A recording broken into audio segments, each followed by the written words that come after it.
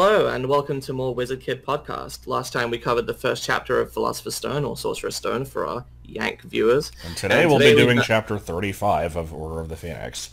Yeah, so if we open up... Okay, no. We did 2 chapters today because we figured we'd have less to say about each individual one, probably, and 2 would be a good thing to balance with the previous episode's length. We're going to aim for probably roughly similar lengths here. Oh no, the Popo. They're after me! But yeah.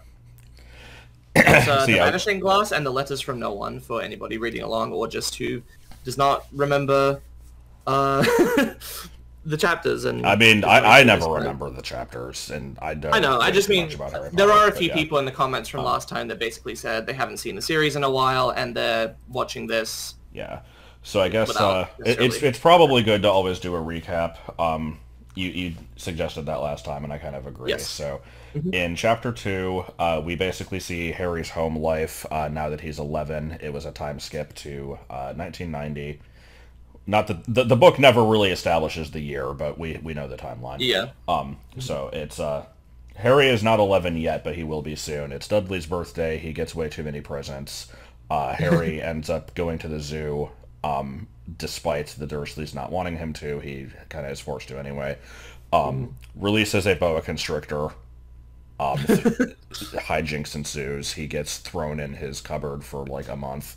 Then the chapter ends extremely abruptly, and then, which we'll talk about later. In the Letters from No One, Harry gets a letter from a mysterious sender that he isn't able to identify because the letter is snatched away. Wow, who could it be?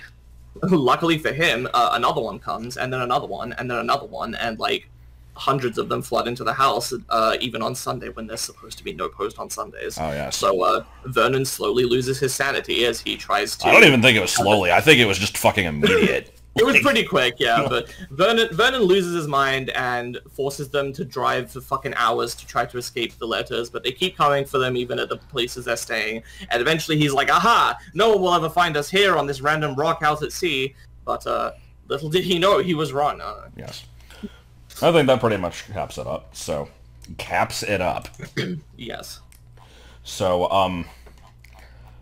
I didn't actually start reading until, like, probably 1:30 last night. I was putting it off for whatever reason, and I think it was like freaking 3 hours of me reading through this, taking notes, and also just getting very, very sidetracked. Like, it's not even necessarily for stuff that's going to be talked about. It's just like I would get to a part and I'd like just suddenly go off on this tangent and look up like 5 things related to it, and then I did look up a couple things, but not very many, and we'll get to it when we get to it. Yeah. So, again, I have like freaking 50 notes here. Oh my god. But, I have 1, 2, 3, 4, 5, 6 for Vanishing Glass, and 1, 2, 3, 4, 5, 6, 7, 8, 9 for Letters from No One. Yeah. I didn't actually count how many I have, but it's a lot, so... If you want to try and start it off, then I guess I'll just jump in with my stuff. So, we just have the Dursleys being completely horrible. No surprises there if anybody that's read the series before is familiar with it, but it's just this, like, cartoonish level of abuse here. Almost makes it a little hard to take seriously at times, but, I mean, it's not that unrealistic. That's the thing, is it's like, the Dursleys are always just, like... the most exaggeratedly like hateful people in like all of media. They're so bad. And I get what you mean about like it's hard to take it seriously because nobody is actually like this. And I guess that actually segues into a comment that I was probably not going to make until later, but I was laughing my ass off at several parts of these chapters. I had forgotten how funny some of these lines were. Like, there's just some really stupid shit that happens. And I'll get to it in order, I guess. So, the first thing I noted is just, I like the first paragraph. It's just kind of like a passage of time introduction showing like, oh, the house has not changed at all except for these photos of Dudley. And you wouldn't even know that there's another boy living here. And it's like, I can kind of see, it's like you were saying last time, like the, just the, what would you call it? you can picture like the camera sweeping in, like looking at the room, and it's like, you know, you've got the photos, and then there's like the time lapse of like Dudley getting older, kind of cinematic writing, and then you have like the Mario 64 camera like swerving into the cupboard under the stairs. You mean the Banjo-Tooie camera? Well, I'm just like the beginning with like and then Mario comes out of the pipe, but it's just like, yeah, it's just the cupboard. I don't know. So, I wrote here, it mentions that he has to remove a spider from on top of his socks. Yeah. Is the spider dead, or is it just like, or did he just casually pick up a living spider and toss it aside with no issue? He probably had no issue picking up the living spider. It's not that, I imagine the spider would freak out and he wouldn't even be able to grab it if it was alive, right? I guess it depends on the kind of spider, but... Yeah, I don't know. So... I will point out, we're like 2 sentences into this chapter, and I already have like 6 notes, so let's go through these. The first one is just discussing the British to American changes, and if we stopped and did these every time they came up, it would interrupt it constantly. So let's point out some. Well, we are supposed to have like an untranslated Britishisms counter, so we'll need to keep note of those. True. I don't know if I noticed any actually. I mean, you have to keep count of that one. Yeah, crap. I forgot I was supposed to be doing that, actually, but I don't think I really saw many. Okay. So let's see. We've got bobble hats into bonnets, roundabout into carousel, cooker into stove. Do you not call them stoves? No. Huh, okay. I actually call it a hob. I think that's what most people I know say. I've also heard cooker. Okay. I've not heard of hob. We have sellotape into scotch tape. I'm kind of... You guys not have sellotape? No, we don't. Huh. And it's funny because there's a thing in, like, there's a wizarding equivalent that we see later on. Yeah, spellotape. And I never knew that was supposed to be a pun. So let's see. Cine camera instead of became video camera. That must be a 90s-ism because they were new at the time. I've only ever heard people call them camcorders. I guess some of these are more boring. It's like, oh, mummy became mommy. Like, oh, golly gee. Cinema movie, video recorder, VCR. Yeah, Fringe and Bangs. I don't think I really knew about that one until talking to you. Because, I mean, yeah, I don't know. I guess you wouldn't have known anybody that would have said Fringe. Let's see, I like a glove puppet, which became a hand puppet. Oh. Because you totally couldn't infer what a glove puppet is. Well, yes. Vernon turned red like a beetroot in the British version, but it's just a beet in the American version. We had to do that. You don't call them beetroots? No. Comprehensive into public school. So you've explained the schooling system to me, but I don't remember like any of it.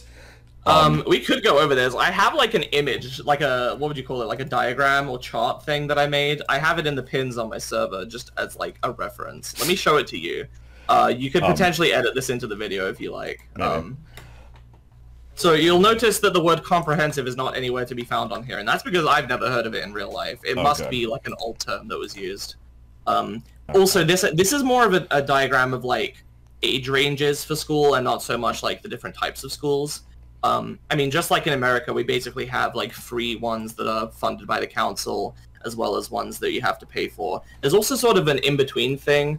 I seem to recall that my secondary school was originally funded by the council, but that they became something called an academy, and an academy is still free, but they basically are privately funded. And so they have a bit more... like, you know, if some of the people running the school are the ones funding it, then they get more say over how they run things as opposed to having to do what the council tells them. But still within certain standards, of course, based on, like, you know, the Board of Education or whatever. So I don't know the details about it, but I know that there's some difference there. And then, of course, there's, you know, private schools that you pay for that are generally considered to have a higher quality of education, but it might be stricter. I don't know. I've never known anybody that went to one, and I don't know that much about them. I was always under the impression that they kind of sucked. Like, the people there were probably really snobby and stuck up, and there was a lot of bullying. But apparently they have less bullying than public schools, which also kind of makes sense. Yeah, I don't know. I've never been to a private school, so I can't really say. We also have different terms for them, which can be confusing, but I've been using the American terms here just in speaking. Okay. But yeah, so yeah, I don't know what comprehensive is supposed to mean, but I have no idea. That was a thing, apparently. Yeah, so just to clarify, in America, the free ones are public schools and the paid ones are private schools, right? Yeah. Over here, the free ones are state schools or academies, I guess, if they're privately funded but still free. And the ones you pay for are called public schools, which is where the confusion comes in. So, yeah. Okay, because I was about to say, like, so there's a line in there that basically says, like, Dudley got accepted to, like, the school that Vernon used to go to, and Harry's just going to public school, is what it said in my version, but in yours, I guess it said comprehensive. Let me actually go find it.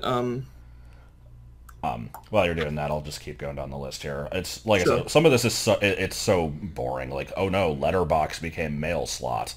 What are we going to do? I do still think it's interesting how what we call a bathroom you would just call a toilet, at least in some cases. Yeah, one time I was in the corridor at school, and I was walking to the toilet or the bathroom, and I saw a teacher that was like, "Hey, where are you going to?" And I was like on good terms with her and whatever. She was just curious. And I'm like, "Oh, I'm going to the bathroom." And she's like, "Oh, you're going to the bathroom, are you?" I'm like, "What?" She's like, "Just call it a toilet." I see.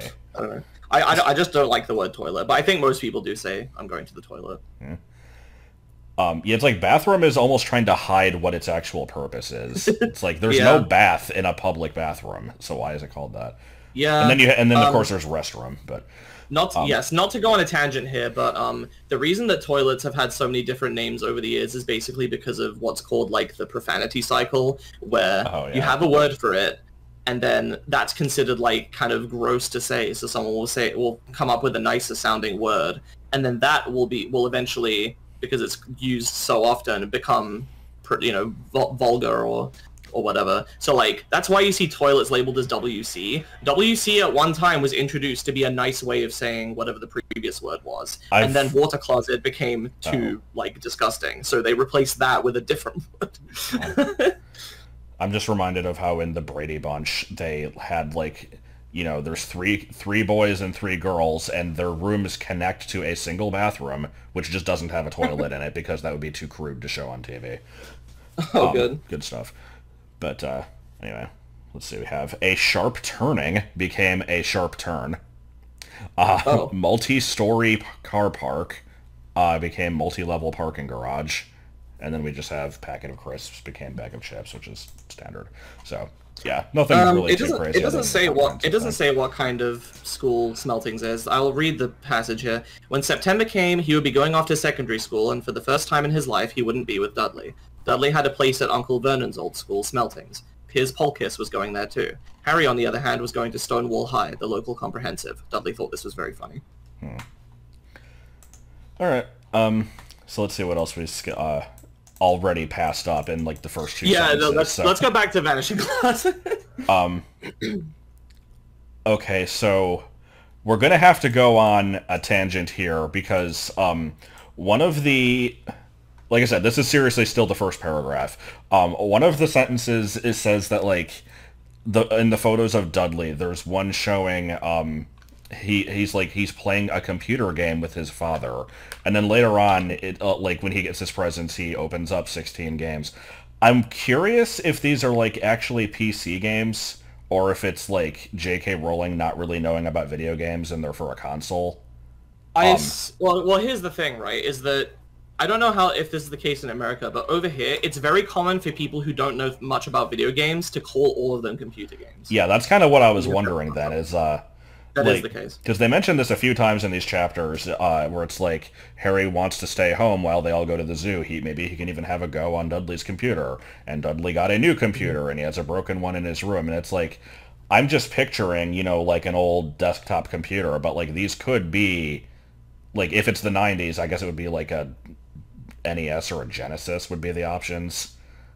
But then going on even more of a tangent, I seem to recall one of the later books makes a mention of a PlayStation anachronistically, which is pretty funny. Yes.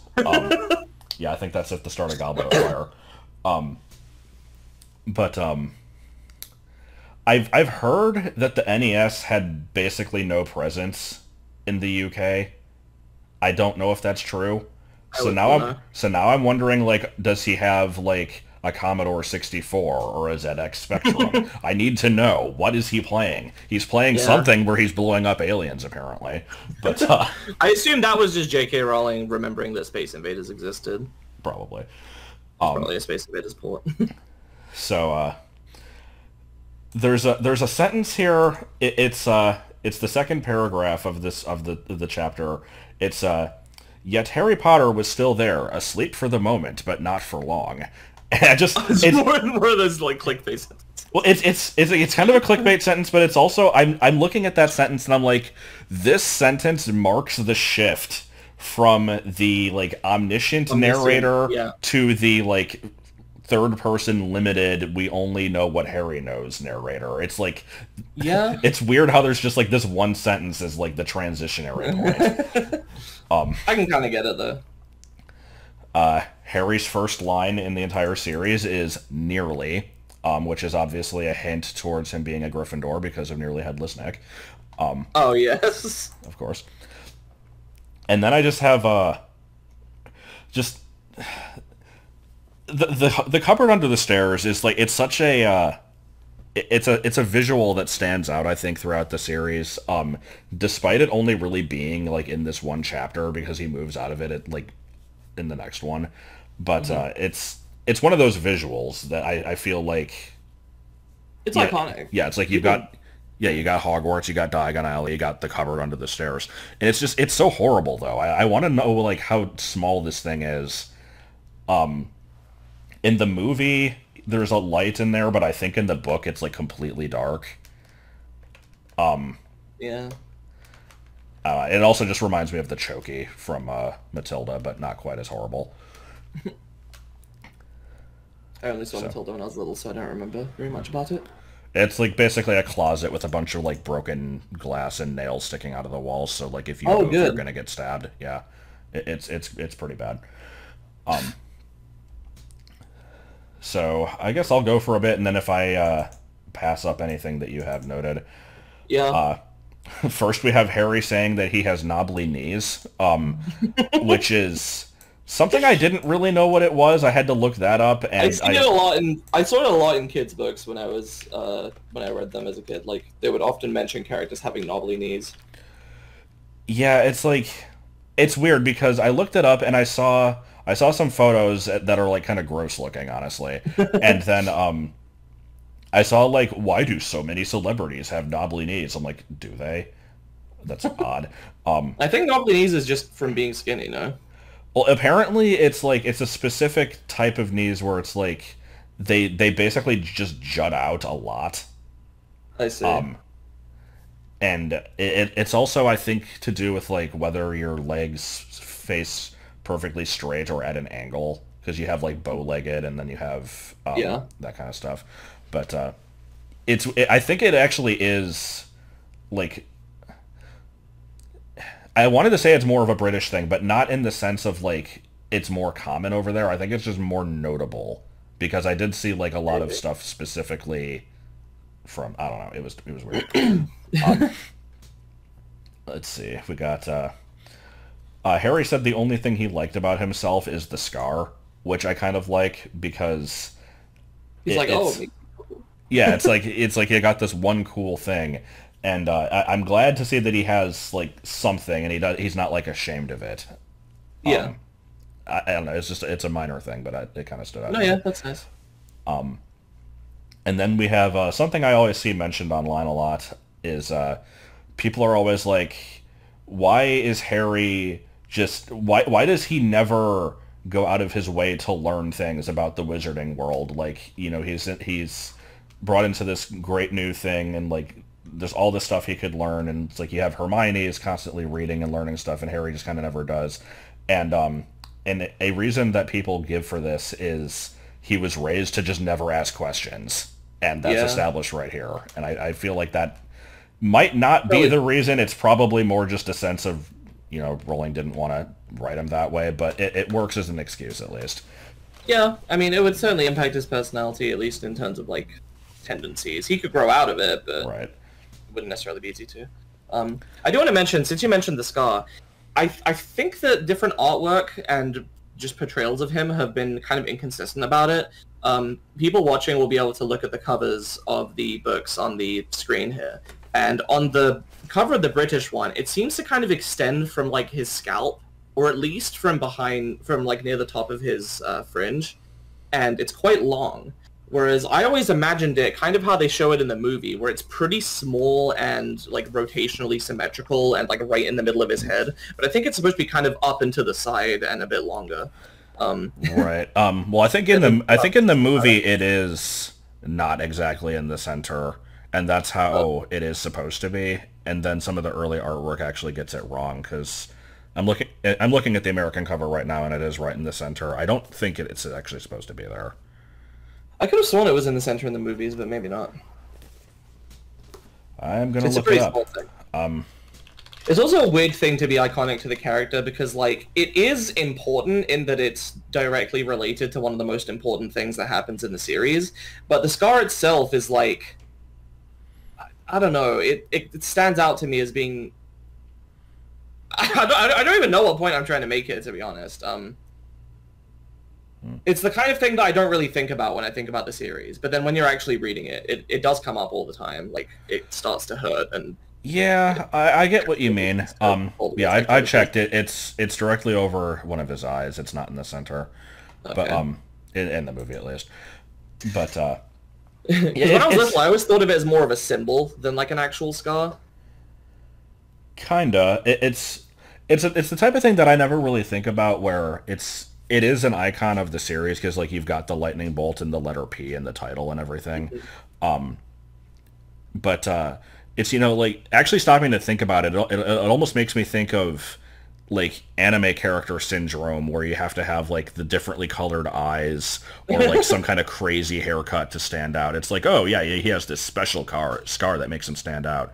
But it's a little different, because it is more subtle, and, like, every time it comes up, he's usually kind of, like, later on, when basically people start recognizing him for the scar and they want to see it and stuff, he's like, yeah, whatever. Like, it actually kind of becomes ashamed of it, I think.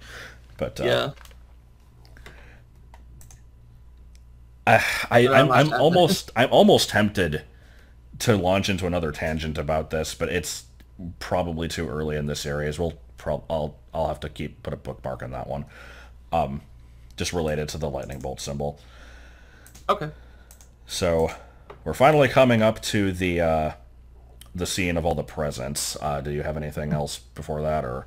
No, I mean, it's an iconic scene, but I don't think I have anything to add to it. We have very different standards for notes here. Like, I'll pause several scenes and just be like, yeah, and just have nothing to say. But you'll pick apart, like, how you feel about it and what it reminds you of. And I guess just because I've read the series less, as I mentioned in the previous part, like, I haven't heard a lot of the, like, discussion. I'll probably have to chill out eventually. I don't want to be picking apart literally every sentence. So yeah, for the present scene, I noted that it is not the same as the movie, which really should not be a surprise to anybody, but I remember the movie scene so perfectly that I thought that was exactly how it went down in the book, and it's not. Yeah. It's a very slight difference, but, like, it's the number of presents that he gets, and, like, basically there's a line in the movie where Vernon's like, well, some of them are a lot bigger than last year, and he's like, I don't care how big they are. That doesn't happen in the book. Yeah. But as for the gigantic pile of presents here, first of all, one of the things in here is the racing bike, and apparently it's wrapped, which I find hilarious. I don't think it would have come in a box, so they actually did wrap this bike in like wrapping paper for no reason. Good.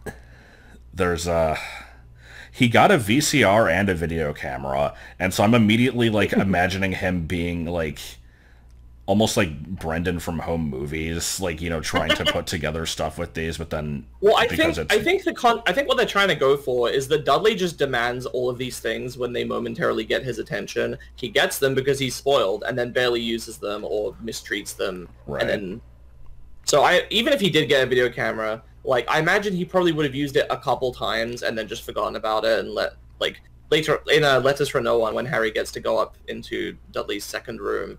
It's already broken. Yeah, well that and he just has a shit ton of his old stuff just sitting on the shelves collecting dust, not being used. Right. Also dick move for them to, like, they didn't even have to put him in the cupboard. It's not like they didn't have space for him. Yeah, they did it specifically to be spiteful. Yeah. So one thing I have to admit about the present pile, that's kind of embarrassing is I feel like that's actually not too far off from how my, like, birthday and Christmas was when I was a kid. I don't think it was ever that extreme. Like, I definitely never got, like, a whole bunch of, like, really expensive stuff. Mm-hmm. But I feel like on Christmas, like, at least when I was an only child, it would not be out of the ordinary for me to have, like, you know, 20, 25 things under the tree. Yeah, I don't know if it was that many. It's because it's like, you know, getting older, I would usually get like maybe one or two things, but when I was a kid, I got like so much shit. Like, I definitely started. I don't know. It's like when I was a kid, yeah, I used to get a lot of like toys and all that kind of thing. It'd usually be like one expensive thing, a few kind of, you know, somewhat substantial in cost things, and then a whole bunch of cheap things, like, together, so it was like a variety of each. And then when I got older, that suddenly decreased. I can't really remember exactly, though. Yeah, I am kind of curious. I do know I would usually get like, at least something expensive every year. I feel like, you know, when I was 8 or younger, at least, I would not be surprised if, like, Christmas cost my family, like, $1,000 just for me. I got so much stuff. Like, holy crap. Yeah, that's very possible for me as well. I was a little spoiled. But do you know what the thing was? Is like, I was also kind of like spoiled and kind of a brat. Like I would, until I turned like maybe 11 or 12, I would, you know, frequently throw tantrums in shops when I didn't get what I want and stuff like that. And like, I'm embarrassed to remember it now. That I never did. I'm embarrassed about it now, and you know, they would always be like, "Oh, it's our fault for giving you too much stuff." I'm really not sure, because I kind of feel like I didn't even have a personality as a kid, right? Like, I just wanted things, and I didn't comprehend that, you know, you don't just get them that easily. Like, right? You know, you have to spend a thing that you work hard for, and I don't know. It's weird. I'm curious if anybody else has like an experience of having been super spoiled as a child and then realizing later, like, wow, that was kind of... Yeah, I mean, I definitely never had a sense of, like, having to earn money and stuff for a good portion of my childhood, because it's like you said, it's just, you know, you want a thing, then, I mean, why can't I have it? Like, what's the problem here? Right, but, yeah. I will say, part of my... I don't want to spend too much time on this, but part of my like rambunctious behavior was later attributed to like my Asperger's diagnosis, which is weird because it manifests differently now. Like, I was told that it was mild anyway. I don't fucking know. I don't know what exactly the connection is between that and throwing a tantrum if you can't get what you want. Because lots of kids that don't have it also do that if they're spoiled. So I don't know. So what is an adventure park? Oh, I mean, basically just like a theme park, right? Okay, I wasn't sure if it was a theme park or if it was something else, because I looked up the term, and it seemed to be like, you know, the type of stuff that has like zip lining and like rock climbing. And I'm just like, that doesn't seem like the thing that Dudley would want to go to. Yeah, but you could have those in the same place as like roller coasters and stuff. Okay. Because yeah, the context of this one is, I'm trying to find the sentence. It was... Yeah, here we go. Every year on Dudley's birthday, his parents took him and a friend out for the day to adventure parks, hamburger restaurants, or the movies. I love hamburger restaurants. That's a good one. So, did you and I know in chapter 1 you were trying to make note of like characters that would get mentioned once and never again. Did you do that here? I figured that at least a couple of his friends might not get mentioned again, but I didn't know for sure. Okay. Before we even get to the friends, first we have Yvonne, which is apparently... Oh, yeah! Yeah, that's Petunia's neighbor or friend or something, who is apparently on a vacation or holiday, depending on version. In Majorca? Yeah, is that how it's pronounced? I thought it was Majorca. It's Majorca. Okay, yeah, I had to look up what that was. It's an island off of the coast of Spain, apparently. So yeah, that one made me laugh because it's like an extremely stereotypical holiday destination for Brits. People very, very often go to Spain, to Mallorca and Menorca. Where else? I want to say like a lot of like Mediterranean island, Malta, like Sicily. Those are very common and popular tourist destinations for Brits. I guess the equivalent here would be going to Hawaii. Like, yeah. It's always or like the Caribbean. Yeah, it's just like it's like, oh, I wish I could go to Hawaii and just relax for a month or something. But yeah, I saw that and I'm just like, okay, I gotta look up what this is. And I checked. Yvonne never mentioned again in the series. Hooray. We have a few mentions of Mrs. Fig. She gets brought up a lot in these chapters, and I don't really have anything to say about her. It's just, It's possible that... I wonder if Rowling already had her whole thing planned out, and that's why she wanted to, like, establish her well, but it could also just be a coincidence, or something in between where, like, she saw that, I mentioned this character quite a lot. What should I do with her? Or maybe... Damn it. Yeah, maybe it would be interesting if, she was... Spoilers, if she was magical, and was, like, secretly, like, watching over the neighborhood. Right, because I noticed, like, later on there's a part where Harry mentions that, like, every once in a while someone will see him in public and, like, be, like, super excited, try to shake his hand or something, and he never knows why. And that made me wonder, I'm like, how are these people recognizing Harry? Because in the magical world, like, he was a baby who then, like, became legendary for this thing that happened, but then basically just kind of, like, fell off the radar. Do people know what happened to Harry? Like, that he's staying with Muggles? I assume the scar is well known, right? I guess, but it's also, like, Petunia forces him to cover the thing with his hair, so... True, but, he also... I don't know, maybe magical people can detect other magical people? That's... I don't know. So my guess is, like, maybe... He also looks like James. That's another thing. That's true. But yeah, I was wondering, actually, if maybe Mrs. Fig, like, because she's a squib and has watched over him a few times, it's possible that, like, Dumbledore or somebody at Hogwarts actually influenced taking him to her in the first place, and maybe she's, like... letting other people know, like, keep an eye out on this, like, if there's other wizards in the area, like, kind of keep an eye out, make sure he's not, like... That would make sense. I was gonna say, like, make sure he's not, like, getting mistreated, but obviously he is. So, so it's possible. Never stated, though. I mean, I don't know. I mean, I guess they're watching out for if it gets, like, super bad, like, if he's got bruises or some shit. I don't know if... I don't think the Dursleys, like, regularly beat him or whatever. Like... No, as far as I can tell, they're never physically violent, but I think there is a part in the second book where, like, he has to dodge, like, Petunia trying to hit him with a frying pan, which is pretty bad. Yeah. But yeah, so speaking about the Dursleys being comedically horrible to him, the worst. Yeah, I love the fact that they can't leave him in the house because he'll ruin the house. Let's take him to the zoo then and leave him in the car. No, the car is new. Like, what is he gonna do?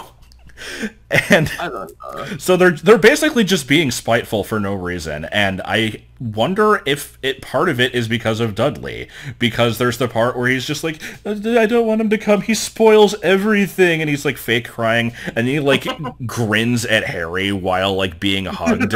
It's like, you fucking asshole. Like, what? Yeah, that's part of it. I imagine also there is some element of truth to it, just because of Harry doing weird, unexplainable things with his magic. Right. That, like, they as much as they want to deny it, they do know that he has magic powers, and they're trying to stamp them out of him, and they're just, I guess, worried that he might use them to do something bad. True. And I mean, to be fair, like the whole chapter is named after him accidentally doing some magic that gets him in trouble. So yeah. So now we have the introduction of Piers Polkiss, who is I'm gonna say the poster child for forgettable characters that show up a surprising number of times in the series. Because I've taken a number of Sporkle quizzes of, like, naming the most, like, frequently mentioned characters, and he is on there. It's like, I know he's at least in the top 200. Okay. I'd have to take the quiz. I'm curious to see how many you would get on this. Yeah, we've been wanting to do some supplementary material like this, like doing quizzes and all that kind of thing. Potentially, but I keep forgetting. Yeah, well, maybe after this one. Maybe. But yeah, character completely forgettable. He has no importance to the story, but he is there. And at one point, they do mention Dudley's other friends. I think it's in the next chapter. Yeah, here we go. So there's Dudley and Piers, then there's Malcolm and Gordon, who get mentioned. I wonder if it's the same names here. Hang on. They get mentioned exactly once again in the first chapter of Order of the Phoenix. And then there's Dennis, who is never mentioned again. But then there's also Colin Creevy's brother, Dennis. So maybe that's why they wrote him out. So, I know they're not the same. Oh, right. Just to make... Okay. The no two Johns rule or whatever it is. Yes. Yeah, I can't actually find the list of his friends. There was also a Slytherin named Malcolm that was mentioned, like, once. But, there it is. Piers, Dennis, Malcolm, Gordon. Okay. Pointless information, but again, I also saw a quiz that was like, can you name the characters that only showed up in one book? And this does include shit like Yvonne and Malcolm and, like... Amazing. So, basically a quiz that nobody would ever succeed at. Yeah. Other than Marcus Belby. So, let's see. My next note is about Aunt Marge. I know that you have one of those. I don't know if we're there yet. Not quite. So, I had to note this one because I've seen people point it out before, and there's like a drawing somebody made of Harry's horrible fucking haircut when he has just the bangs covering the scar and everything else is bald. I'm gonna send you the image. I have to put this in the video. This is pretty much as bad as I imagined it. It's so fucking bad. And then there's comments on this post that are saying, like, and to think nowadays this is a valid haircut. And it's like, what do you mean? And then there's a link to somebody who actually does have this. It's like, why? Oh, no. Oh, God, hang on. No, why? It's so awful.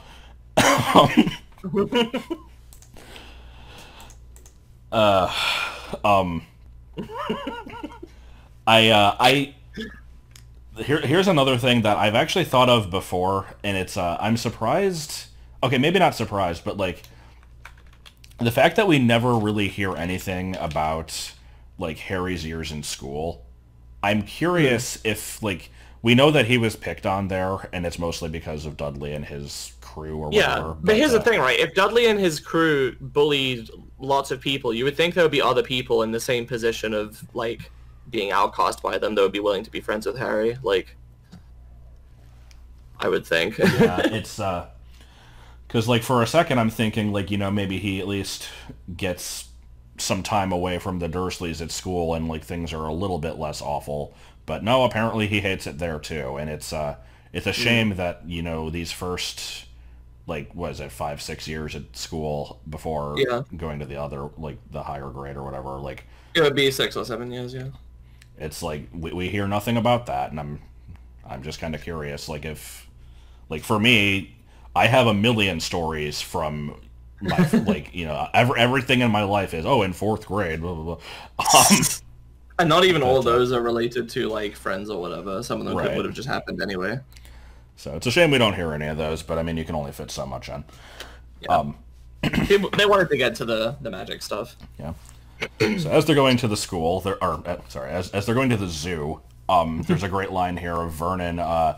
He liked to complain about things. People at work, Harry, the council, Harry, the bank, and Harry were just a few of his favorite subjects. Yes. Wait, did we pause the Aunt Marge part? She gets mentioned in the next chapter, but what? No, she's mentioned in the Vanishing Glass. I have a note right there. Well, she gets mentioned twice. But okay. What did you have to say about her? It was just I didn't know Aunt Marge got mentioned here because I only remember her being in Prisoner of Azkaban. Yeah, she gets a couple of early mentions apparently, which I didn't remember either. But yeah, we'll get back to that one. So I think the sentence that I pointed out there was just that was the first one that like actually made me laugh out loud.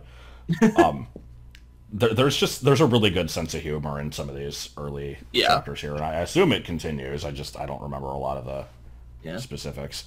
Most of this chapter is just kind of foreshadowing how he can use magic, and that this is gonna continue to be a thing. Vernon screaming, "Motorcycles don't fly," reminded me of "Windmills do not work that way" from Futurama. Oh, good. For that line, I just put Vernon continuing to disapprove of imagination and screaming at the child for having a dream. Yeah, I love the part where it's just like he would get yelled at for any time that he would say anything about like things doing things they shouldn't, even if it was in a cartoon. Yes. And it's like Harry's basically not allowed to watch TV, so like anytime he does, he's watching it along with Dudley. And so it's like it's fine that Dudley's watching this, but as soon as Harry mentions it, it's like no, that's fake. Like stop talking about it. I guess they're super paranoid that having him acknowledge fantastical things will cause him to use his magic powers. I don't know. Oh god, here we go. I forgot I've made a note of this one. Okay, so when Harry mentions the dream about the motorcycle, Dudley and Piers snigger. So we've got to get into this. I didn't even notice that. So I mentioned last time in Potterless, the person hosting that, Mike Schubert, would always get really angry at certain words used, and this was one of them. I had to look it up. I looked up, is snigger a controversial word? And the answer actually is yes. Really? Apparently, I mean, I don't know exactly who's decided this. For anyone who doesn't know, it's just the British version of snicker. It's the same word, but we just... I actually saw that there was a very slight difference between the two, apparently. Oh, really? Because I always figured it was like, like that kind of I think it's pretty much like that, yeah. But yeah, the consensus that I can see is there's nothing wrong with the word. Its etymology has nothing to do with the N-word. It's like, perfectly valid, but because it's too close to a bad word, just using it is considered kind of a bad decision anyway, and it's usually like recommended that you don't, which is really stupid. Mm-hmm. So, I don't know. It's like... Yeah, I don't know. It's like no harm is being done by saying this word, but because somebody might mishear you and take issue with it, then you shouldn't say it. It's freaking stupid. I don't want to get into a rant here, but it's just I don't understand. Like, it's not the word; it just sounds like it. So there's even less debate about, oh, are you using it to be offensive? It's like, no, because it doesn't mean that. It sounds similar. Like. Yeah. So I will not be making note of other times that it's used later because there's no reason to get into the rant every time. But I had to bring it up once.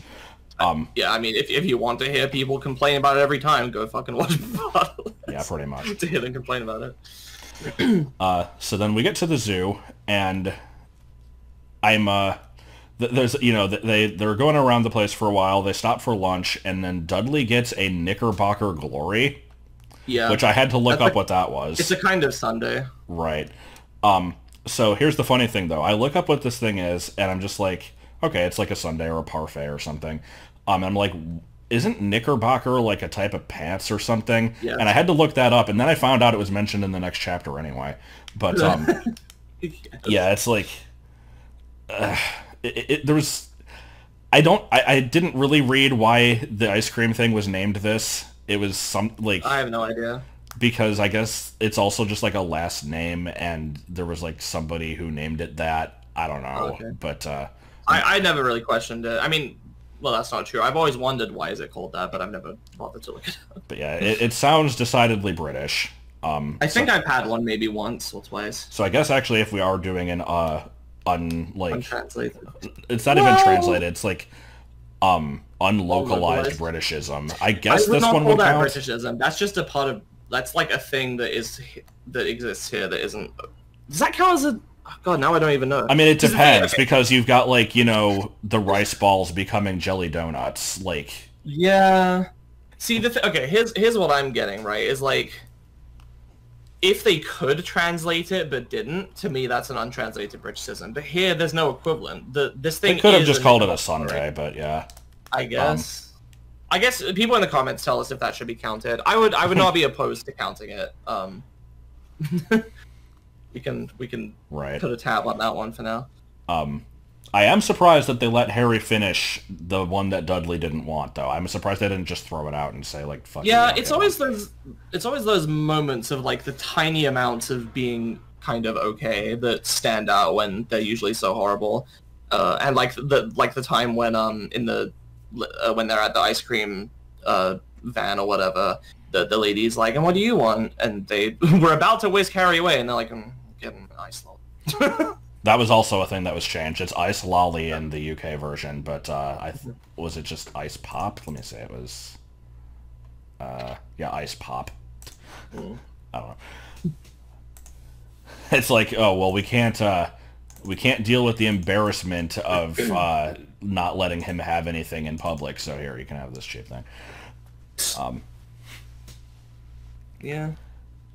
So, we get to the reptile house, and I do like this bit with foreshadowing the parcel tongue. It's interesting that even this early on, we're getting stuff that's going to have a payoff later. Yeah, and there's a lot of that in these books. That's one of my favorite things about them. Yeah. Like, that's one of the few things that I've heard about a lot, even despite not really being in the fandom. You always hear people talking about interesting pieces of foreshadowing, and I really like that about this series. Yeah, so it was just genuinely a good scene. When he makes the glass disappear and the snake escapes, it says like here I come, Brazil, thanks amigo. And I remember like I had read, I think it was Mark Reed's Harry Potter. He's just like, people in Brazil don't say amigo, they don't speak Spanish. And I looked it up, and amigo is also in Portuguese, so I'm like, no. Good job. So that was just kind of a stupid line, but or a stupid thing to complain about, at least. Yeah. There's another line here of as the snake passes by, it snaps playfully at their heels, which I found hilarious because it's like the snake is basically just kind of fucking with them. It's like, you know, I'm not going to actually attack them or anything, but I'm going to scare them a little bit. The fact that it's weird, right? Because snakes should not have like the brain capacity to have like a personality beyond what animals usually do. It's being very human-like, right? In these scenes, especially when it's conversing with Harry, even though it's not directly. Like, you know, of course it's fantastical because you can't speak to snakes anyway. But if you could, would they be able to be like pointing at a sign and be like, I know that this says where I'm from?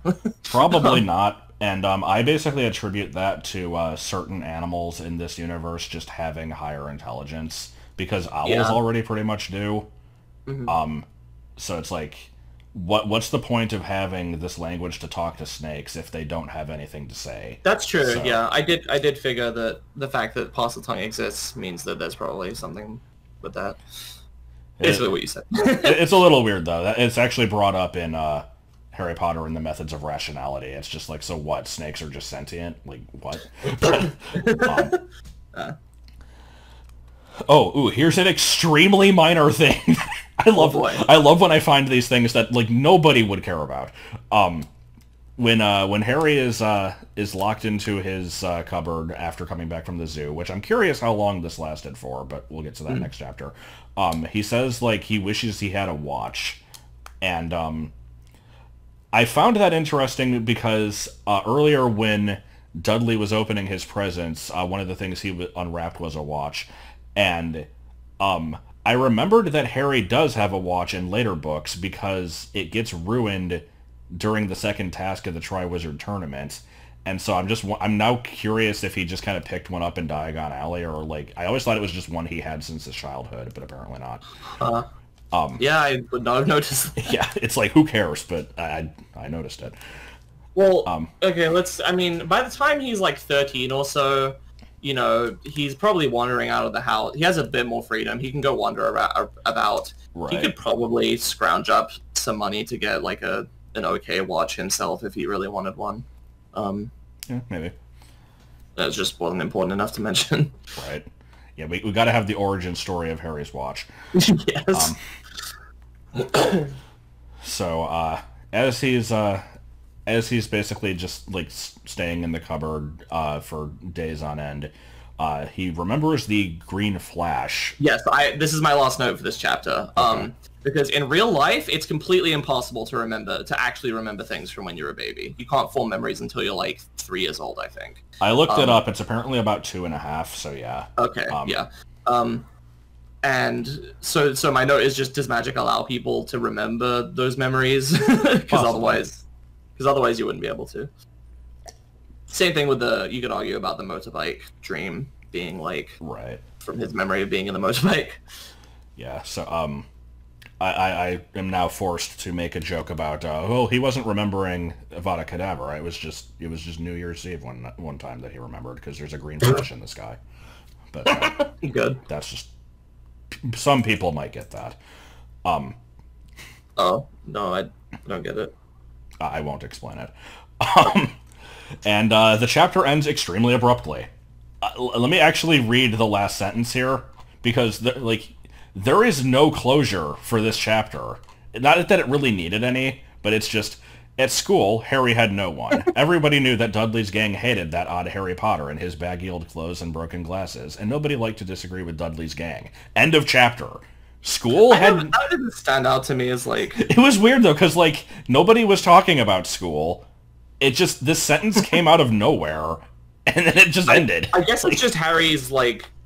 what do you call it? Like, stream of consciousness. Like, he's just randomly thinking about, oh, my life sucks. Yeah, I suppose so. So that was 50 minutes on chapter 2. Oh boy. Let's keep going then. Yeah. So, yeah, I'm gonna have to really probably cut down the number of notable things I have. But the thing is, I'm still having fun discussing this. Yeah, same. So, yeah, in chapter 3, it says, he's earned his longest ever punishment. By the time he was allowed out of his cupboard again, the summer holidays had started. So that implies that, like, you know, he's not in this thing 24/7. He is still going to school, unless Harry was just pulled out of school completely. Dunno. So I'm just kind of wondering how long he was in there, because this Well, we can find out. Oh, can we? Yeah, look on Dudley Dursley's birthday. 23rd of June. Okay. I didn't know that was holidays established. Well, yeah, because remember they went to the zoo for Dudley's birthday, right? Right, but I didn't know if he had an actual birthday. I guess probably in Pottermore or something. Yeah, I mean, I just looked it up. So yeah, 23rd of June, and then summer holidays are about a month after that. So he was in there for about a month. That's pretty awful. Yeah. The first thing I have noted here after the one-time mentions of Dudley's friends is just, there's a freaking great line here of, like, you know, Dudley saying that on the first day at, is it Smeltings or, no, Stonewall High, that they stuff people's heads down toilets. Harry says, no thanks. Okay. Yeah, Dudley says, do you want to practice? The poor toilet might be sick. Yeah. No thanks. The poor toilet's never had anything as horrible as your head down it. It might be sick. I wrote a note for that says we maybe have our first instance of Harry snark here, and we should probably make a counter for that. Yeah, just sassy Harry is pretty great. He's like, this never really got translated to the movies.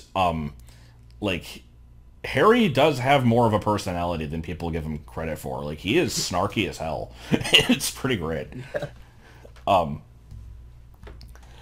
So, yeah, we have the description of Dudley's new uniform, which is the worst thing ever.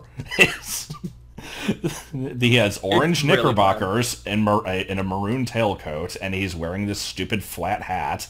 But the best part of this is the stick. The smelting stick is, like, my favorite character now. Like, it gets mentioned like 6 times. The smelting stick keeps coming back, and every time it's mentioned, I freaking died laughing at it. Yeah, because it's just he's just constantly bashing shit with this stick for no reason. like there's a great scene. It's like the mail shows up, and Vernon's like, Dudley, get the mail, and he's like, I don't want to do it. Harry, you get the mail. And he's like, Harry, get the mail. And he's like, no, make Dudley do it. He's like, hit Harry with your stick, Dudley. And then there's a part where it's like, later on, they don't want Harry to check the mail because, like, he got the letter the one time. And so they have Dudley go do it. And they specifically mention he's, like, whacking the walls with the stick as he goes. It's like, why does he... First of all... Have you not ever been a child with a stick? But, like... You gotta hit stuff. But it's hilarious, though, because the way the book just... like, introduces this thing is it says they carried knobbly sticks used for hitting each other while the teachers weren't looking. This was supposed to be good training for later life. Yeah, I have to assume that this is just what Vernon told Dudley, and Harry overheard this. I highly doubt that's actually what the sticks are for. I don't know. I've never heard of a school like this. This is completely ridiculous. It's so good. I love this stupid smelting stick. I never really noticed it before. Like, yeah, I just wrote the smelting stick is comedy gold. Yes. Oh, here's a good one. Let me see where it gets mentioned. Here we go. Okay, so yeah, we have a postcard from Aunt Marge, who's vacationing on the Isle of Wight, which I had to look up. I had to look up what that was. And it's not very notable, but as I looked it up, like, I'm looking on Google Maps, and it has a place, like, a good portion of this island is referred to as Isle of Wight Area of Outstanding Natural Beauty. Oh, yeah. Which is a fantastic name for it. Areas of outstanding natural beauty are a thing all over the country. Oh my God. AONB, it's sort of like a World Heritage Site thing, but on like a smaller, less important scale. It's basically just things that the British government have deemed like, this is naturally beautiful. We should not allow like a lot of development here. Okay. And keep the place green and full of all this nature. I think it's just I think it's probably just an equivalent of like a national park, is my guess. Yeah, basically. But it's just the fact that it's called Area of Outstanding Natural Beauty. It's like, it's so literal. It made me laugh when I saw it. It reminds me of washing up liquid. Oh my God, no. Nothing wrong with areas of outstanding natural beauty. So yeah, Harry gets this letter, which I wanted to mention. Hang on. I wanted to say about the Smeltings uniform that it sounds like a fucking barbershop quartet outfit. Oh God, it does. That's all I can imagine when I try to picture Dudley in this thing. I think you actually do see him in it in the movie. I'll have to, when we watch that, I'll have to keep an eye out, because this outfit sounds god-awful. And I love this stupid cane that you just smack stuff with for no reason. Yeah, like, yes, I found it. Okay, it's not as bad as it sounds, but it's still pretty bad. Oh God. Okay. Have to throw that one in. So anyway, one thing I wanted to mention here is there's this weird thing in the fandom where, like, kids who read the books like really young would, like, look forward to their 11th birthday because they're going to get their Hogwarts acceptance letter, and then they don't get it. But that was never a thing. You don't get that on your 11th birthday. Like, Harry gets his then just because that's how long it took Hagrid to get to him later on. But, like, I have a note about that later, but yeah. Yeah. Like, it was sent at least a week before then. It was just kind of coincidental. Yeah, it would make more sense to wait until just until the end of the summer after your 11th birthday, I guess. Or, like, yeah, until, like, midsummer or something like that, because that's basically what it would have been. It's like, okay, he's supposed to go next September, so. All right. So yeah, here's the Aunt Marge thing. So we know that she's we know that she's like on holiday at the Isle of Wight. She got sick from eating a bad whelk, which I had. A whelk is like a kind of mollusk, right? I had to look it up. They're apparently sea snails. I'm like, why are people eating snails? Like, I know that escargot is a thing, but like, what? I don't know. But yeah, my specific note on this one is Marge got sick from eating a bad whelk. Good, fuck her. Fuck her. Yeah, like, yeah, she deserves it. She fucking sucks. So this is actually the first part where like there's a significant portion of stuff going on that I didn't really have much to say about. Just this whole bit with the letter coming in, Harry getting excited, like Vernon seeing it, it's genuinely well written, and I don't have much to nitpick.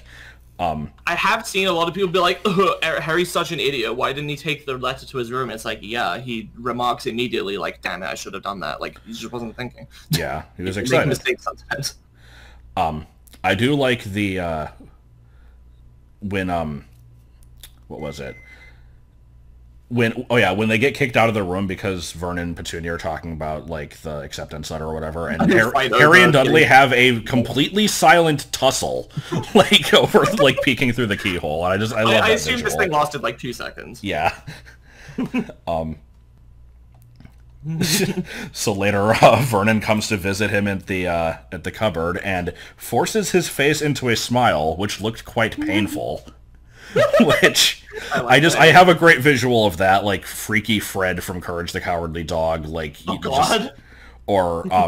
actually no, the thing I was thinking of specifically was in like towards the start of the Iron Giant. There's a part where there's like a squirrel inside Dean's pants. That's like just scratching up his with the monster in Harry's chest from Half-Blood Prince. But yeah, there's a part where like he's like trying to hide that the squirrel is there, and he's just like, "Call me Dean." It's just, I don't know, that just stood out to me. It's like good. I don't think I've seen that movie. I've read the book though. Oh yeah, you told me the book is fucking insane, or at least the sequel is. Yeah. Both of them are pretty crazy. We had to read them when I was in school, but yeah. So, do you think that they moved Harry to the other bedroom specifically because they're worried that, like, because the first letter said, like, under the cupboard, and, like, they're worried that they're going to get reported for it or something? Like, probably, yeah. It's either that, or they're just like, well, they think he's in the cupboard, so if they try to send a letter to the cupboard, maybe it won't work. Or something. Possibly. I don't know. Oh god, okay, so here we go. Here is the fucking amazing montage of unnecessary animal abuse. So, apparently it's... Well, okay, before we even get to the animal abuse, it's sort of related, but... So Mrs. Fig trips over one of her cats and breaks her leg, and then apparently Dudley, like, runs her over on his bike at some point. God. Then Dudley drives a tank over the neighbor's dog. Oh my god, yeah. He had a parrot at one point that he took to school and traded for a gun, which he then sat on and broke. Yeah, I love the stories of Dudley breaking his shit. I love how he has a remote-controlled tank that he drives over a dog. And then like a page later, he apparently throws a tortoise through a greenhouse roof. So I saw this, and I'm like, okay, first of all, we're establishing that he has a pet tortoise, which has never been mentioned before. Also, what the fuck greenhouse? You can't just mention this greenhouse out of nowhere. I imagine they have, like, a small greenhouse in the garden or something, like the back garden. You can't just blindside me with this tortoise and this greenhouse at once. It was pretty good. Regarding the Mrs. Fig thing, when I was reading it, I'm like, wait, why did she, like, injure her leg? Couldn't she have healed it? And I'm like, oh yeah, she's a squib. And then, now I'm thinking about it, I'm like, couldn't she have just contacted one of her, like, magic friends to help her out with that? But yeah, it is kind of shitty that nobody was able to do anything about it. Yeah. I still can't get over him driving a tank over a dog. Like, what the fuck? Did the dog die? I have to know. Like, how big is this tank? I don't know. Also, during this section where Dudley is being a piece of shit and is whining that Harry got his second bedroom, the book says he had been sick on purpose. Does that just mean he forced himself to throw up? Mm-hmm. I might consider that one an unlocalized Britishism, because we never call it, like, being sick. Yeah, to be sick is to vomit. Okay. If what you guys would say, like, I'm sick, that means you would say I'm ill here, or I'm poorly, or I'm not feeling well. Alright. Or I'm unwell, or, yeah, whatever. Then we have, after a minute of confused fighting, in which everyone got hit a lot by the smelting stick. Was that the thing where Harry, like, stepped on Vernon's face? Oh god, actually I don't even think have we been there yet? Let's see. I don't know, because there's, like, a few different things that happen. I think not the first yet, one is when Harry gets in, it's snatched away. Then the post comes and they all rush to the door and fight over it. Yeah. Then Harry's like, I'll slip in the middle of the night. Right. So yeah, this part is so fucking good, though, because I seriously had to read this sentence, like, 3 times to understand, like, I read through it and I'm like, wait, what? I had to go, I, like, did a double take. So yeah, Harry stepped... Is this the thing with the cake? Yes! Yeah. I wrote, did Vernon mistake the cake for a hammer almost as bad as mistaking it for a pillow? Oh god. Might have to explain that one. But yeah, let me find the actual line.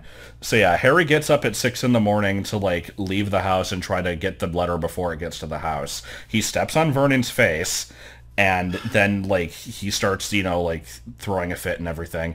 And so, yeah, here we go. It's, actually, where is... It's when Vernon's, like, having a breakdown. He's like, they can't send a letter if we nail up the mailbox, he said as he took the fruitcake that Petunia... Yeah, here we go. Yeah, he takes the day off work, nails up the mail slot. It says, these people's minds work in strange ways, Petunia. They're not like you and me, said Uncle Vernon, trying to knock in a nail with the piece of fruitcake that Aunt Petunia had just brought him. Yes. So I was confused by this at first, and then I'm like, okay, I guess it's a joke, right? He's like, yeah, their minds work in strange ways. Meanwhile, there's this visual of him just doing something completely nonsensical, also doing it wrong because he has a fruitcake in his hand. Okay, we interpreted this entirely differently. Really? Okay. Because you were thinking, like, that he was just, like, he's completely out of his mind, and he, like, you know, grabs the piece of cake. He has a hammer already, and then he tries to do it with that. I thought this was a joke about fruitcake being shitty, and, like, it's so hard that he's using that to nail it in. Because that's a very... Is fruitcake that hard? There's a very common joke, at least in the US, about fruitcake being, like, fucking awful, and, like, nobody will ever eat it, and there'll be, like, the same fruitcake is gifted from one family to another, like, back and forth for years. Or, like, you can use it as a doorstop, or, like, it's... No, I've never heard about that. Yeah, I thought they were saying, like, he didn't have a hammer, so he's just using this piece of fruitcake. I'm like, what the fuck? You have to get back to that. What? Like... No, I don't think that's it. Like, speaking as a UK person, I don't know if that stereotype exists. It's not familiar to me. And also, I wouldn't necessarily assume that a fruitcake has to be hard. Like, I imagine it's probably just a normal cake that has some fruit in it. Right. I don't know. I found that hilarious because it's such a blink and you miss it sentence. It very much is. I'm glad we both noticed it. Yeah, I seriously thought that was what they were going for, but yours does make more sense. Because I also noted that, like, a few sentences later, yeah, here I have Vernon goes bananas. Harry steps on Vernon's face, and then a piece of fruitcake is being used to hammer a nail for no reason. This shit is comedy gold. And then he clearly has a hammer a few sentences later. Why did he use a fruitcake? Yeah, I think my explanation makes more sense. Probably. The next note is just no post on Sundays is a classic. I don't know. Yeah. Like, this kind of, like, took me back, because I'm like, oh god, I forgot that this was, like, a meme at one point. I don't know if it's a meme, but it definitely was a running gag between me and Martin, at least. We would, like, go to check the mail and be like, oh, right, it's a Sunday. Oh, no post on Sundays. Like, just always quote that. There was like a YouTube clip of the scene that I think it was edited in some way. I don't really remember it very well, but I remember it got passed around my friend group in, like, 2013 or something. So, we have to have the egg discussion here. So... Oh? Yeah, so 24 eggs are delivered by a milkman, which I don't know if those still exist, but I know that we had a milkman when I was a kid, at least. I see. But I don't know if I did or not. I don't think I have. Do you know about the cultural differences with eggs? I mean, you guys have white eggs and we have brown eggs. It actually goes further than that. Okay. We have to refrigerate our eggs, because they are always washed, like, before going to the stores. Whereas from what I've heard in other countries, they are not washed, and you don't want to refrigerate them. Is that the case? From what you've seen? Or, like... So, it's weird, because I never really had to think about it until I started, like, living independently for university. Before, like... And so, you know, whenever I would get eggs, I would put them in the fridge because it made sense to me, like, oh, this is a thing that can spoil, right? So you would want to keep it refrigerated to extend its shelf life. But I think I've been, like, told off for that. I'm like, no, you're not supposed to do that. And we have a thing in the kitchen, which is literally just, like, a ceramic, like, I guess you call it, like, a jar just full of eggs that you just pull out. I can confirm that I don't think they're washed because you'll often get tiny pieces of, like, chicken shit and pieces of, like, feathers stuck to the eggs that you have to wash off before you crack them open. Huh. It's not a big deal. They come off pretty easily. Yeah. It is just weird how, like, because I've seen that it's basically completely opposite. Like, ours come washed, and for some reason the fact that they're washed means they have to be refrigerated. I don't see the correlation there, but that's what I've seen. And it's like, apparently, on your end, you don't want to specifically, for some reason. I don't know. I don't know. But, so yeah, we got, oh, here we go. Vernon says, damn, this book is edgy, yo, is what I wrote down. Wait, where does he say it? He says, like, no damn letters today, right after the post on Sundays.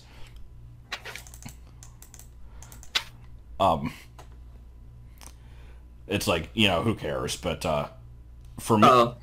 yeah, in the UK, that's not really a swear. You wouldn't get in trouble for, like, saying that at school or anything. I think you probably would here if you were, like, you know, in a pretty young grade, but, I'm not really sure where the cutoff would be. I always consider, like, damn and hell, they are swears, but they're, like, ones that are lesser. They're just not considered swears here. At least among people I've known. Oh yeah, here we go. Harry gets yeeted. Vernon seized Harry around the waist and threw him into the hall. Do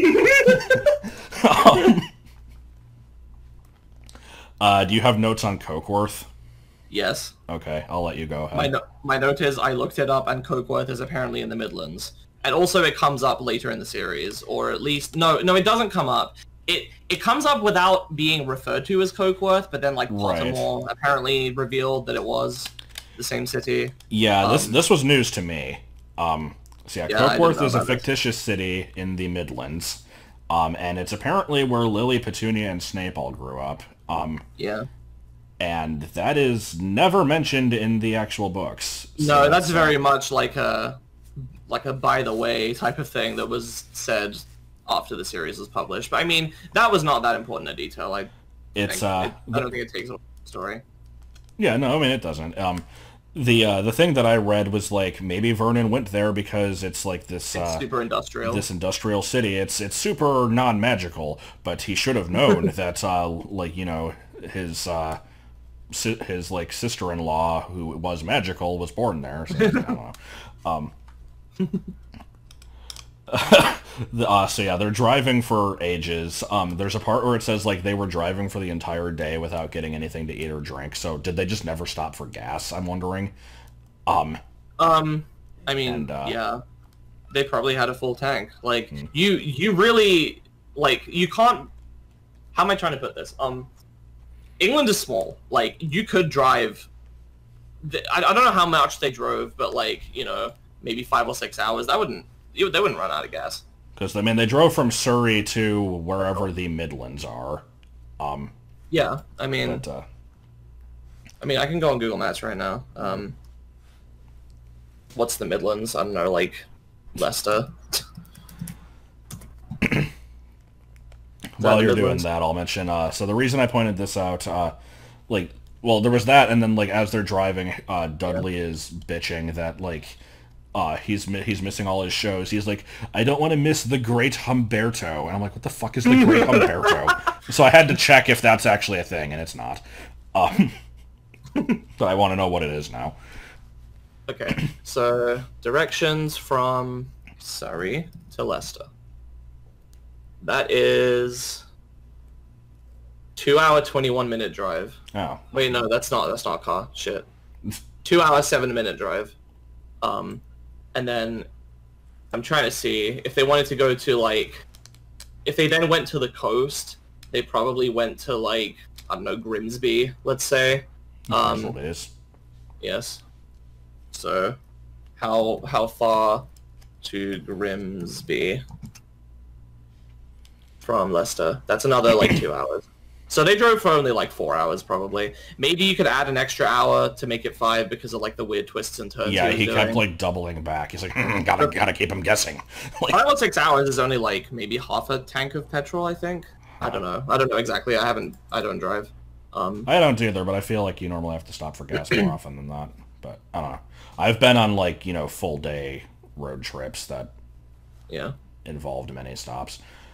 But, anyways, we're pretty much at the end here. I noticed... I had to note that Harry's saying, like, they're probably not even going to remember his birthday. It's not like they ever did anything anyway. For his 10th birthday, he got a coat hanger. I love that. That's so bad. Yeah. Well, no, he got a coat hanger and a pair of socks.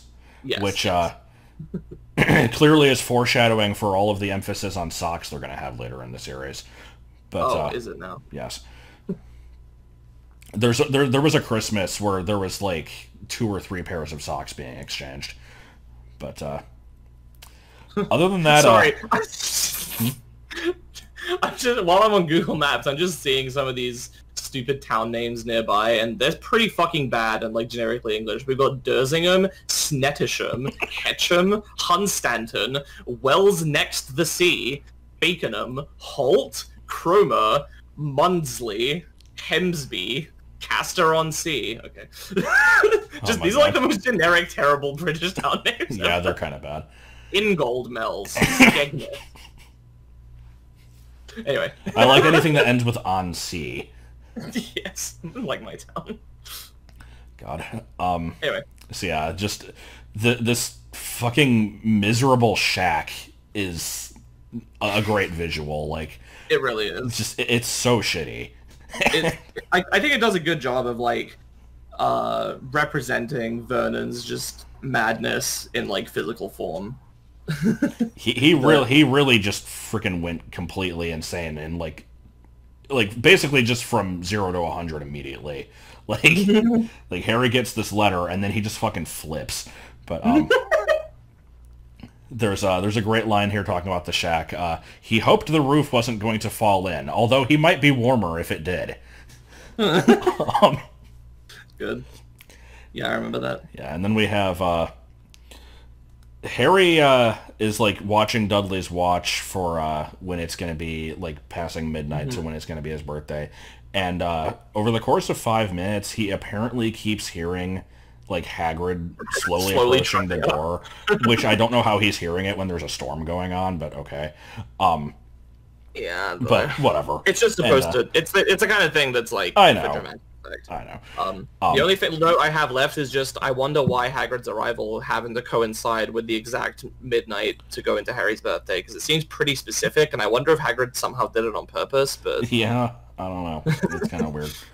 But the last note I have is just pointing out the line of Harry saying, maybe he'd wake Dudley up just to annoy him, which I enjoyed because you know, Harry's got like this rough life, like everybody's completely shitty to him, but he doesn't just take it. Like, take it, yeah, he'll piss off Dudley when he gets a chance, just for the hell of it, which you know, good for him.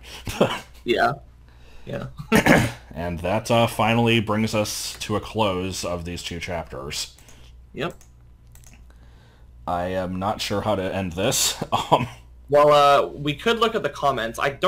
Nothing stood out to me as like something to respond to. It was mostly just generic, like, you know, not to be like unappreciative of the. Yeah, no, I like the comments regardless. But let's see. Most of it was just like, this is interesting. I'm looking forward to more of this and stuff like that. Yeah, let me see if there's anything specific in here. I guess there was one comment I noticed that said like there's no point to unlist these, so I guess I'll probably not do that. I did worry about them, like, you know, clogging up people's feed, and if they don't want to watch them, then they'll get annoyed with it, but it should be fine. Yeah. So, next time, are we going to be doing 1 chapter or 2, you think? Let me... Oh, we should probably have a look at what these are. Okay, so that's Hagrid, and then there's Diagon Alley. Diagonally.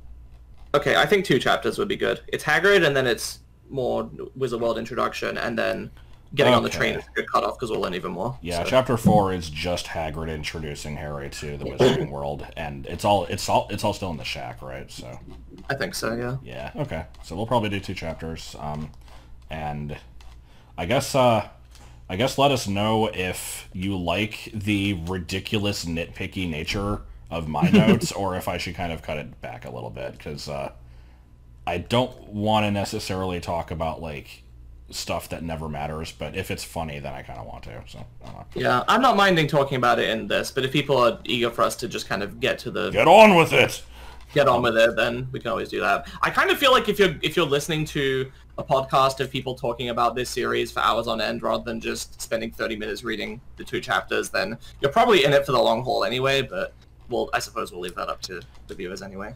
Yep. And yeah, I guess I'll also have to decide for sure if I'm going to be doing the like these various tracking things and make sure that our count is correct before moving on. I'll try to make more of a point of doing that. So. Yep. Next time, Beans.